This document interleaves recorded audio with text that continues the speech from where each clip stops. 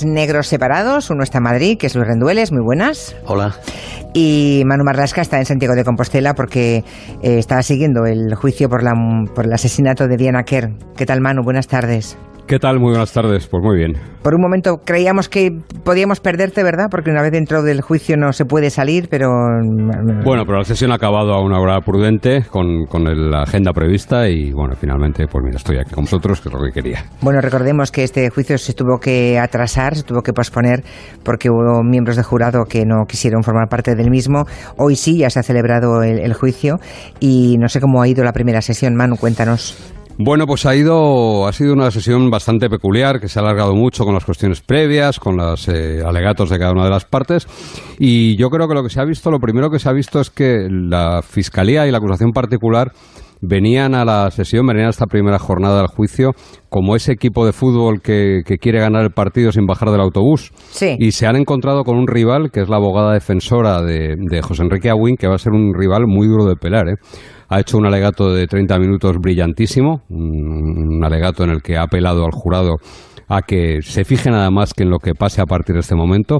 Le ha pedido textualmente que se desinfecte de todo lo que han visto hasta ahora, de todo lo que han oído, que ya no es la hora de los platós, que es la hora verdaderamente de la justicia, y ella sostiene que no hay ninguna prueba para variar el relato que ha hecho Enrique Abuin un poquito después, en el que él ha dicho que mató por accidentalmente, de forma involuntaria, a Diana Quer y que no la amordazó, no la metió en el maletero de su coche, no la agredió sexualmente, sino que simplemente se limitó a arrojar su cadáver. Y lo cierto es que en las próximas 2 semanas Fiscalía y Acusación Particular van a tener que aportar pruebas para eso, porque para la defensa, tal y como se lo ha explicado yo al jurado, no hay nada que haga vulnerar esa presunción de inocencia de la que goza el chicle, naturalmente, y cualquier ciudadano. Claro, a todo esto recordemos que la acusación, la Fiscalía pide la pena máxima, que es la prisión permanente revisable, porque está entre los supuestos en que se puede pedir la máxima condena. Solo podrán condenar por prisión permanente revisable a prisión permanente revisable si se demuestra esa agresión sexual que sostienen Fiscalía y Acusación Particular, y de la que para la defensa no hay una sola prueba. Ella ha dicho que no se ha encontrado ADN en un cadáver que ella ha calificado como impoluto, que el cadáver no tenía ninguna lesión más allá de la rotura del ilioides propia de un estrangulamiento, y que si los científicos son capaces hoy en día de encontrar ADN en un fósil de hace cientos de miles de años, difícilmente se puede creer que no se haya encontrado ADN en un cadáver que ha estado 500 días sumergido en el agua. Pues sí que iba fuerte la abogada defensora. Bueno, pero algo lo es, ¿no? Pero en fin. Bueno, vamos de oficio, no lo olvidemos. De oficio, ya. De oficio. Abogada de oficio. Bueno, pues seguiremos esto con interés. Bien, hablemos de otra historia, algo que tiene vinculación con el día 27 de septiembre, cuando el cadáver de un empresario vasco, José Antonio Delgado, que era un hombre de Las Arenas, en Guecho, era encontrado por la Guardia Civil, muy lejos de su casa, en un paraje a las afueras del pueblo de Pedrola, que está en el Alto Ebro, en la provincia de Zaragoza. Bueno, pues Manu y Luis nos quieren descubrir cómo ha sido esta operación. Se llama Operación Ros, de la Unidad Central Operativa, y es una operación que aún no está cerrada del todo, que ha descubierto toda una trama para atraer hombres a un pequeño pueblo aragonés y luego asaltarlos muy violentamente, ¿no? Yo creo que hoy todos aquellos que están en la red Badoo, en esa red social, ¿no? Ahí hay millones de personas apuntadas buscando citas con otras personas, buscando ligar, digamos, o tener una relación, pues igual empiezan a tomar sus prevenciones, ¿no? Vamos a País Vasco, 6 de septiembre, hay un hombre y un empresario de esa zona, una zona rica de España, ¿no? De las Arenas, en Guecho, que le dice a su familia pues que se va a pasar un fin de semana fuera, ¿no? Se llama José Antonio Delgado, tiene 54 años y está separado. Sí, aquel viernes José Antonio le dice a sus padres que se va de fin de semana, y luego sus padres recordarían que se despidió con una frase textual que fue: si no lo paso bien, volveré pronto. También les dijo que si lo pasaba bien se quedaría hasta el lunes y que el lunes volvería a trabajar. Se va de Vizcaya en su coche, es un Mercedes rojo 220, y se lleva ropa para pasar todo el fin de semana fuera. El día anterior, a un buen amigo suyo, con el que coincide en un centro de salud, le cuenta que ha quedado con una mujer y que posiblemente los dos irán juntos a Logroño o a Zaragoza durante el fin de semana. Está entusiasmado, incluso le enseña una fotografía de esa chica a su amigo. Tiene unos 20 años menos que él y es muy guapa, es latina y es exuberante. El caso es que pasa el fin de semana, este empresario no vuelve a su casa, pero claro, como había dicho que igual no volvía, pues en fin. Pero claro, tampoco aparece en el trabajo. Así que es el momento en que la familia se preocupa, acude a la chancha y pone una denuncia.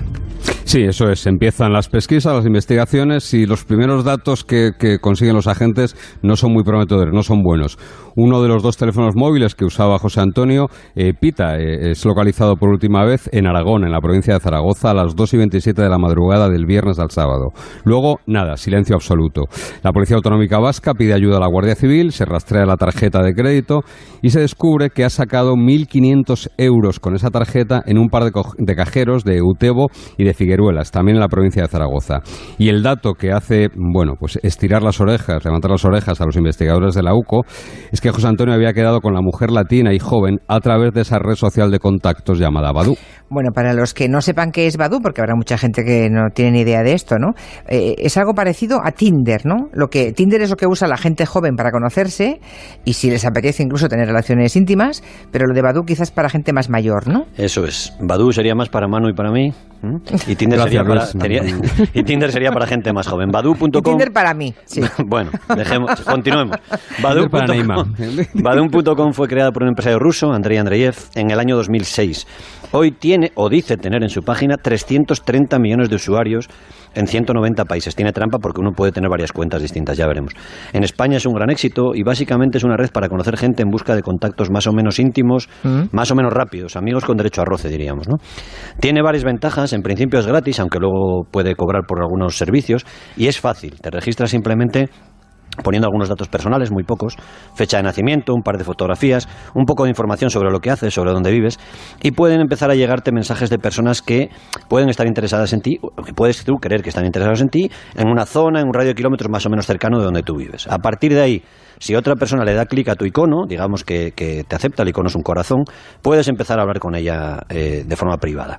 Es un negocio formidable. La semana pasada Blackstone, que es famoso en España por ser uno de esos fondos buitres que compraban muchas viviendas sociales, acaba de comprar Badoo, la semana pasada digo, por 2.720 millones de euros. Por favor, 2.720 millones de euros. Bueno, volvamos a la historia ahora que ya estamos situados de lo que estamos hablando, ¿no? De esa página, de esa web.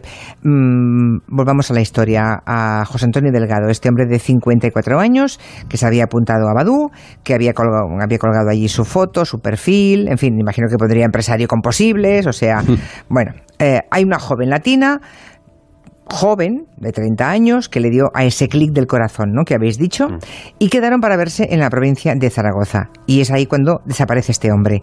Y de la mujer no hay rastro, por lo visto. No había rastro en ese momento. Y la Guardia Civil en ese momento lo que hace es recuperar 2 asuntos muy recientes que estaban sin resolver todavía en esa provincia, en Zaragoza, y que también estaba por medio Badoo, habían nacido en Badoo. Hay 2 hombres que estaban apuntados a esta red de citas y que fueron violentamente asaltados tras acudir a 2 encuentros con mujeres en esa provincia, en Zaragoza. Los 2 están vivos y los 2 presentan denuncia. El primero se llama Florín, un camionero rumano de 37 años, y cuenta que se había apuntado a Badoo, que era novato allí y que la tarde del 26 de junio una chica muy guapa, latina, había hecho también clic en su corazón de Badoo. Creo que no lo dudo. ¿No? Estaba, bueno, Florín, ¿no era? Sí. Florín recibe esta oferta de la chica para hablar en privado, empiezan a chatear por WhatsApp y el camionero va esa misma noche hacia un pueblo también de Zaragoza que se llama Gallur. El hombre no lo duda, estaba cerca de allí y al salir del trabajo coge el Renault Clio, deja su camión y va rápido hacia el encuentro con esa chica. Ella se había presentado como Daniela Mendoza, le decía que tenía 24 años y que había nacido en República Dominicana. Ante la Guardia Civil después, Florín recordaría que medía 1,75, que era morena de piel, delgada, que en las fotografías llevaba un pantalón rosa muy corto, dejaba ver un poco las nalgas, así lo contó él, y también una camiseta de tirantes muy corta que solo le tapaba los pechos. Iba muy sexy, insistió luego ante la Guardia Civil. Y para él, para Florín, para este camionero, era la primera vez que se iba a encontrar con una mujer conocida a través de Badoo. Pero no va a ir la cosa como él quería, ¿no? A pesar de que la chica Daniela le va enviando mensajes cada vez más subidos de tono, ¿no? Cuando ya está en ruta hacia ese pueblo, hacia Gallur, el camionero recibe uno más y textualmente le pone: ya verás qué braguitas me he puesto, te van a encantar. Así que Florín, imaginaos, llegaba volcado, llegaba entregado allí a Gallur. Allí, en el lateral de una carretera, le está esperando esa chica. Ella se sube al coche, le da un beso, le dice que se ha dejado la chaqueta en casa de su abuela y que tiene un poco de frío. Así que le pide que pasen a recogerla antes de ir a un hotel a intimar, a conocerse un poquito más, ¿no? El hombre, naturalmente, como digo, estaba entregado, accede a lo que haga falta y la mujer le guía hasta un camino de tierra cercano a una casa que dice le parece abandonada. Ella se baja y le pide que apague las luces y Florín se queda allí esperando. Pero claro, ya se pueden ustedes imaginar, cuando ella regresa no vuelve sola. Llega con dos hombres que lo que hacen es tirarlo al suelo, lo atan con unas bridas y le ponen un cuchillo en el cuello, ¿no? Sí, le ponen también cinta americana en la cara, en el cuello, y el hombre luego recordará que sintió descargas eléctricas por el cuerpo. Él lo llamaba un chisporroteo. Le quitaron el reloj, la cartera, el teléfono móvil, la tarjeta de crédito, el coche, el Renault Clio, hasta las zapatillas de deporte que llevaba puestas, lo dejaron descalzo. Le quitaron 55 euros en metálico y lo dejan descalzo, tirado en una carretera y magullado. Y allí lo rescata, lo recoge una mujer, una vecina que se llama Dolores, que le ayuda, que le cura un poco las heridas y que llama a la Guardia Civil. Claro, imagínense, la investigación no va a ser sencilla porque los hombres iban encapuchados y la tal Daniela Mendoza, ¿no? Pues desaparece por completo de Badú y no hay rastro de ella. Exacto, el número de teléfono con el que ella había, atraído a Florín figura a nombre de una ciudadana rumana y de otro hombre que no tienen absolutamente nada que ver con este asunto. Florín no puede ni siquiera aportar fotos de Daniela, las tenía en su móvil, los investigadores le enseñan fotos de mujeres en Badú por la zona con ese mismo perfil, pero él no reconocía ninguna. La Guardia Civil pide los datos a Badú, pero digamos que Badú, como casi todas las redes de este tipo, se toman su tiempo por contestar, ¿no? Eso sí, al día siguiente de su asalto, un hombre tapado con una gorra azul y pantalones vaqueros cortos acude a un cogeo automático de la caja rural en Gallur y Florín dice que al 90% puede ser uno de sus atracadores. El tipo lleva 2 tatuajes en sus piernas a la altura de los gemelos. El caso es que los investigadores de la Guardia Civil van siguiendo ese rastro y descubren que el día 4 de septiembre, o sea, 2 días antes de la desaparición del empresario vasco, otro hombre que era de Tudela, en Navarra, también había denunciado otro ataque, ¿no? También se había apuntado a Badú y también había ido a esa misma zona, al Alto Ebro, buscando a una chica exuberante latina, ¿no? Sí, otro empresario, también maduro, de 58 años esta vez, también divorciado. Y este hombre lo que cuenta es que conoció en Badú a una chica que se le presentó como Bella, decía que se llamaba Bella, decía que era una joven brasileña. Él recordaba que era muy atractiva, que colgaba muchas fotos suyas ligera de ropa y de cuerpo entero. Uno de los hijos de esta víctima recordaría luego que la mujer iba directa al grano cuando hablaba con su padre. El hijo recordaba que su padre últimamente buscaba pareja por Badú, pero que se tomaba un periodo de 3 semanas o un mes desde que empezaba a mandarse mensajes con las mujeres hasta que acudía físicamente a verlas, ¿no? Sin embargo, con esta tal Bella solo pasó 1 día y medio antes de que este hombre de 58 años cogiera el tren desde Tudela hasta Zaragoza. La mujer le escribió: me gustan los maduritos. Hay que hacer una reflexión sobre, ¿verdad?, estos señores mayores que ven a una señora estupenda, joven, y que creen que por sus encantos van a ligar. Es una historia, que merecería un comentario aparte. El caso es que el hijo de este caballero os contó, ¿no?, y lo publicó en el periódico de Cataluña, Luis, que el padre dejó de pensar con la cabeza, ¿no? Sí, o sea, su hijo se dio cuenta, ¿no? Es que mi padre ya no pensaba con la cabeza. Dice que no tenía coche, así que se cogió un tren y se fue al pueblo de Luceni, que es donde esta chica tan guapa, tan joven, le citó el día 4 de septiembre.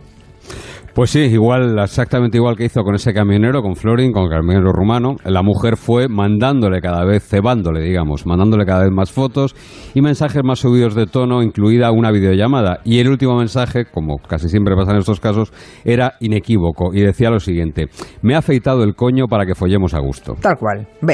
Y este hombre de 58 años, 58, insisto, se baja del tren en la estación de Luceni. Es noche cerrada, no ve a nadie, pero en ese momento recibe un mensaje en su móvil. Sí, la chica es Bella y le escribe que está al otro lado de las vías, que se ha equivocado.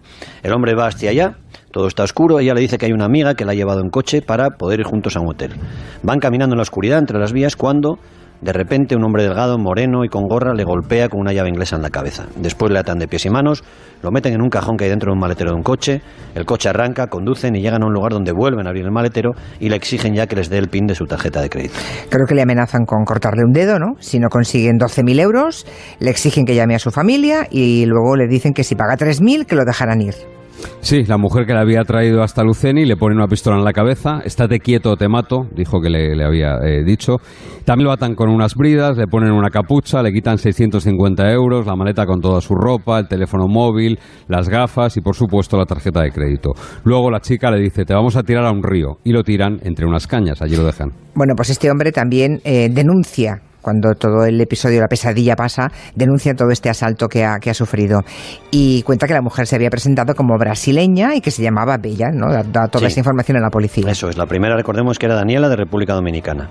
Los investigadores consiguen el número de usuaria de Bella en Badoo, que empieza por 718 millones. Pero ese perfil también había sido desaparecido, había sido borrado inmediatamente. Badoo continúa, como te decía Manu, sin colaborar y sin enviar los datos a la Guardia Civil. Y 2 días después de que este hombre sobreviva a ese ataque, se produce la desaparición por la que empezamos hoy el programa, la del empresario vasco José Antonio Delgado. El 7 de septiembre los investigadores descubren que el coche de ese empresario vizcaíno, un flamante Mercedes rojo, se ha vendido a través de otra página de internet que se llama milanuncios.com. Y descubren que hay un hombre en Zaragoza que ha comprado ese coche, ¿no? Eso es un vecino llamado Antonio, un vecino que ha visto el anuncio y la oportunidad, un Mercedes 220 por 21.000 euros, todo una ganga, claro. Eso es, los investigadores de la Guardia Civil van a verle y le cuenta que quedó con un hombre en el parking del Mercadona de Utebo y que se pusieron de acuerdo muy rápidamente en el precio.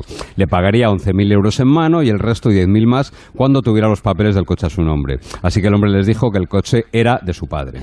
Lo que cuenta el comprador del coche a la Guardia Civil es que después de esa primera cita en ese Mercadona, el 9 de septiembre, vuelve a quedar en una calle. Esta vez se presenta una mujer que dice ser la cuidadora del abuelo que era el dueño del coche. Esta mujer le lleva los papeles, incluido la fotocopia del DNI del hombre desaparecido, del empresario José Antonio Delgado. Y los investigadores, por tanto, buscan a esas 2 personas, ¿no? Que pueden ser los que venden el coche, que pueden ser los secuestradores y seguramente también los asesinos del hombre desaparecido.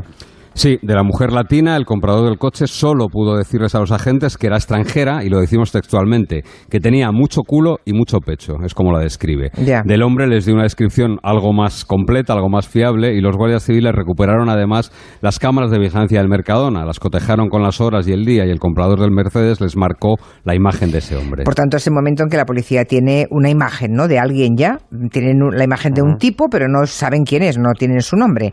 Y entonces los investigadores de la Guardia Civil, de la AUCO y de Zaragoza, lo que hacen es recurrir a los que están a pie de calle, ¿no?, en la zona donde se han cometido esos 3 ataques a esos 3 hombres. Eso es, entienden que el delincuente actúa allí porque se siente seguro, se siente cómodo en esa zona de Aragón y que tiene que conocerla bien, que puede que viva por allí. Enseña su fotografía a un sargento que es comandante de puesto en la localidad de Pedrola. Y reconoce al tipo inmediatamente. Pues qué suerte que el sargento le conociera. No, ahora lo vas a entender. Les dice que es un marroquí que ha dado muchos problemas. Se llama Mohamed Akraf, vive allí, tiene 3 hijos y también tiene ya 2 órdenes de alejamiento de 2 mujeres, sus 2 últimas parejas, y que en marzo de ese año le habían detenido por violencia de género. Desde ese mes de marzo, el juez le había obligado a llevar un sistema telemático, una pulsera de seguimiento para evitar que se acercara a menos de 150 metros de su penúltima pareja. El guardia civil de esa zona también les cuenta que este Akraf desde hace unos 6 meses ha aparecido de nuevo por el pueblo con una nueva mujer, una nueva pareja, de la que él no sabe más que es una ciudadana latinoamericana.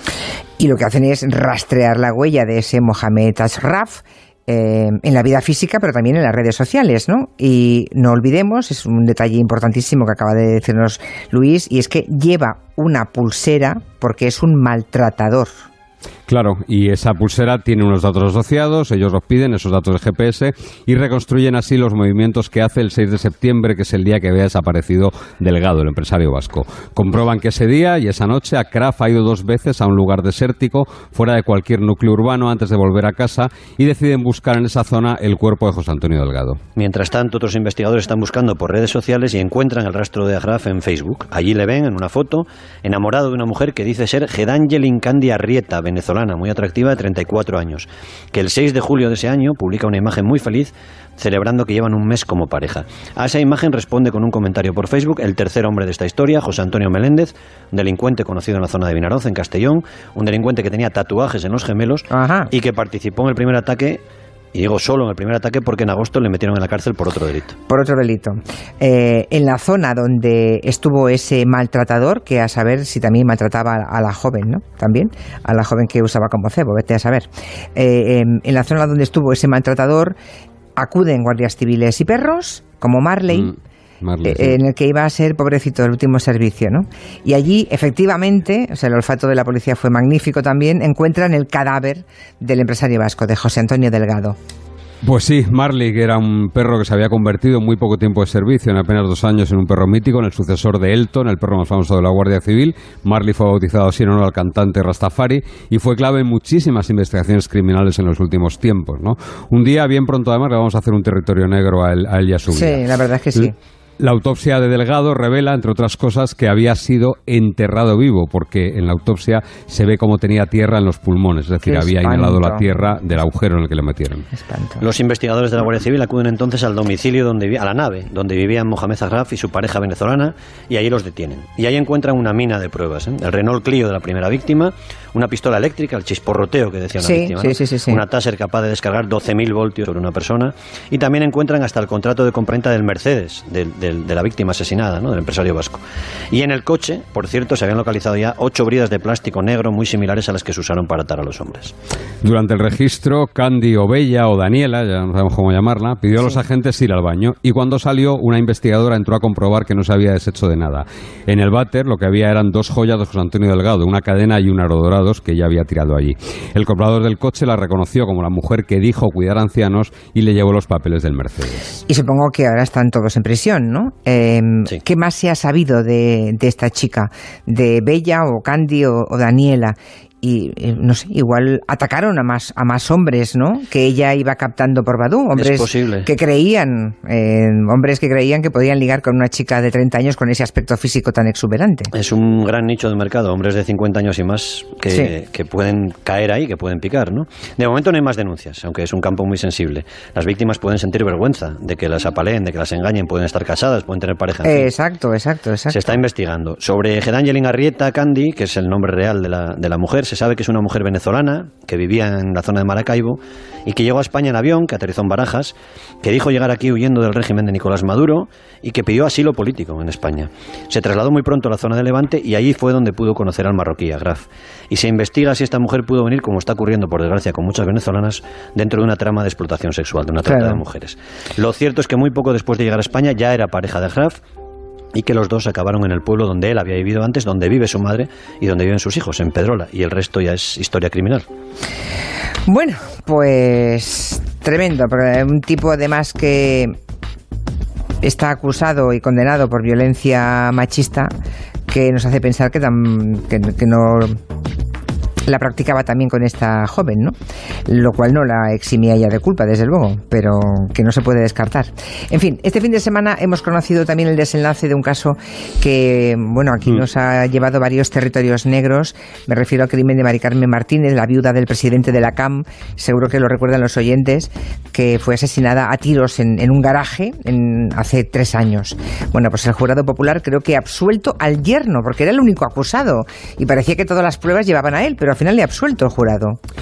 Le ha absuelto, y le ha absuelto precisamente pues por lo que aquí alguna vez apuntamos, por la endeblez de las pruebas, ¿no? Y retomo lo del principio, el argumento del principio de José Enrique Abuin y del juicio por la muerte de Anaquer. Una vez llegado el juicio, ahí lo que hay que hacer es tratar de quebrantar la presunción de inocencia, y eso no se logró en el juicio, desde luego, contra Miguel López, ¿no? Yo creo que su abogado defensor, además, sus abogados defensores fueron muy inteligentes, le aconsejaron que no declarasen, porque ellos llegaban allí con él en libertad. Recordemos que apenas pasó, no llegó al mes en prisión, fue puesto en libertad inmediatamente. Y bueno, yo creo que todo es fruto de una investigación policial bastante coja, que se basaba nada más que en una serie de indicios, 23 indicios eran los que recogía la policía, pero verdaderamente no había una sola prueba concluyente que pudiese situar a Miguel López en el escenario a la hora del asesinato de Mari Carmen Martínez, ¿no? Sí. Lo cierto es que ahora hay un crimen por resolver, evidentemente, ¿no? Ya. Bueno, que probablemente pueda quedar impune, ¿no? Salvo que aparezca una nueva prueba, que parece muy difícil. No había otro sospechoso. Ya, es que no había más sospechoso. Y esa fue además a lo que se agarró la policía diciendo, bueno, llega un momento en el que si no hay otra posibilidad, él que tiene la oportunidad, que tiene el momento y que tiene los medios, porque eso sí que es cierto que tenía estas cosas, y había motivo, evidentemente, tiene que ser él, pero claro, aunque haya oportunidad, hay que demostrarlo. Motivo, hay que acreditarlo. Mejor un culpable libre que un inocente entre rejas, nos lo enseñó hace muchos años un abogado, ¿no? Efectivamente. No será el primero, hay otro crimen tan mediático al que le hemos dedicado también varios territorios negros, que es el crimen de Almonte, en el que ahora mismo la Guardia Civil debería estar investigando los autores de la muerte de ese padre y de su hija de apenas 8 años que murieron dieron más de 100 puñaladas y el único acusado, Javier Medina, fue también declarado no culpable por un jurado. Terrible, debe ser una situación de una impotencia para los investigadores o para... Bueno, si tienen interés en el crimen de Mari Carmen Martínez, la viuda del presidente de la CAM, les recuerdo que si quieren recuperarlos en nuestra web en Territorio Negro los pueden localizar. Manu y Luis, hasta la semana que viene. Muchas gracias. Gracias, adiós. Hasta luego. Adiós. Bueno, hablemos de personas que no están contentas con las compañías de seguros que tienen, Aneima, y que a lo mejor le damos una